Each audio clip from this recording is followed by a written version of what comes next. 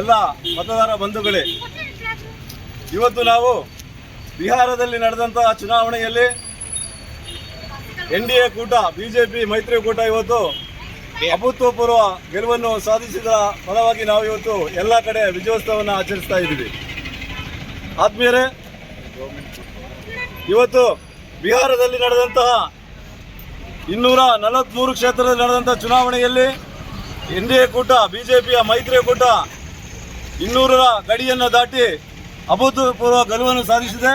ಇದಕ್ಕೆ ನಾವು ಮೊದಲಿಗೆ ಆ ಬಿಹಾರದ ಜನತೆಗೆ ಹಾಗೂ ಅಲ್ಲಿನ ಮತದಾರರಿಗೆ ಕೂಡ ಕೊಡಗು ಜಿಲ್ಲಾ BJP ಹಾಗೂ ಸಿದ್ದಾಪುರ BJP ಶಕ್ತಿ ಕೇಂದ್ರದ ಪರವಾಗಿ ಹಾಗೂ ಎಲ್ಲ ಕಾರ್ಯಕರ್ತರ ಪರವಾಗಿ ನಾನು ಅವರನ್ನು ಅಭಿನಂದಿಸ್ತಾ ಇದ್ದೀವಿ.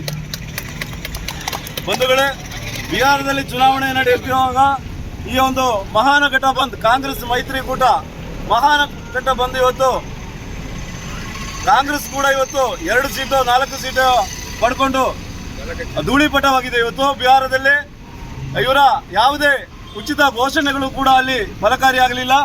ಅಲ್ಲಿ ಅವರು ಹಲವಾರು ಉಚಿತ ಘೋಷಣೆಗಳನ್ನು ನೀಡಿದರು. ಎಲ್ಲ ಪ್ರತಿ ಮನೆಯೂ ಕೂಡ ಉದ್ಯೋಗ ಕೊಡ್ತೀವಿ, ಸರ್ಕಾರಿ ಉದ್ಯೋಗ ಕೊಡ್ತೀವಿ, ಹಾಗೂ ಮಹಿಳೆಯರಿಗೆ 2,500 ಕೊಡ್ತೀವಿ, ಉಚಿತ ಕರೆಂಟ್ ಕೊಡ್ತೀವಿ, ಇನ್ನು ಹಲವಾರು ಘೋಷಣೆಗಳನ್ನು ಮಾಡಿದರೂ ಕೂಡ ಜನತೆ ಇವತ್ತು ಪ್ರಜ್ಞಾವಂತ ಮತದಾರರು ಅವರನ್ನು ತಿರಸ್ಕಾರ ಮಾಡಿ ಇವತ್ತು ಭಾರತೀಯ ಜನತಾ ಪಕ್ಷದ NDA ಕೂಟವನ್ನು ಬೆಂಬಲಿಸಿ ವಿಜಯಗೊಳಿಸಿದ್ದಾರೆ.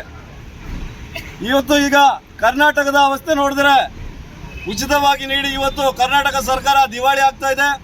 ಹಾಗೆ ಆಂಧ್ರದಲ್ಲಿ ಕೂಡ ಉಚಿತ ಘೋಷಣೆಗಳನ್ನು ಕೊಟ್ಟು ಆಂಧ್ರ ಕೂಡ ಇವತ್ತು ದಿವಾಳಿಯ ಪಥದತ್ತ ಸಾಗ್ತಾ ಇದೆ. ಇದನ್ನೆಲ್ಲ ಈ ದೇಶದ ಪ್ರಜ್ಞಾವಂತ ಮತದಾರರು ಇದನ್ನೆಲ್ಲ ನೋಡ್ತಾ ಇದ್ದಾರೆ. ಕಾಂಗ್ರೆಸ್ ಇನ್ನು ಕರ್ನಾಟಕದಲ್ಲಿ ಬರೀ 2.5 ವರ್ಷ ಮಾತ್ರ ಇದೆ.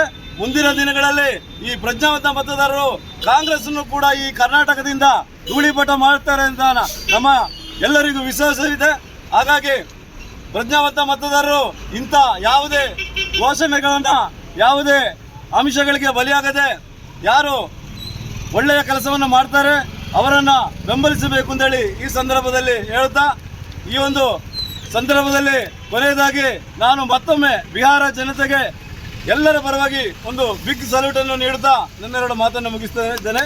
बोलो भारत माता के, बोलो भारत माता के, बोलो भारत माता के, भारतीय जनता पार्टी के, भारतीय जनता पार्टी के, नरेंद्र मोदी के, अमित शाह के, नरेंद्र मोदी के, अमित शाह के, योगी आदित्यनाथ के, येडियुरप्पा के, बोलो भारत माता के, बोलो भारत माता के.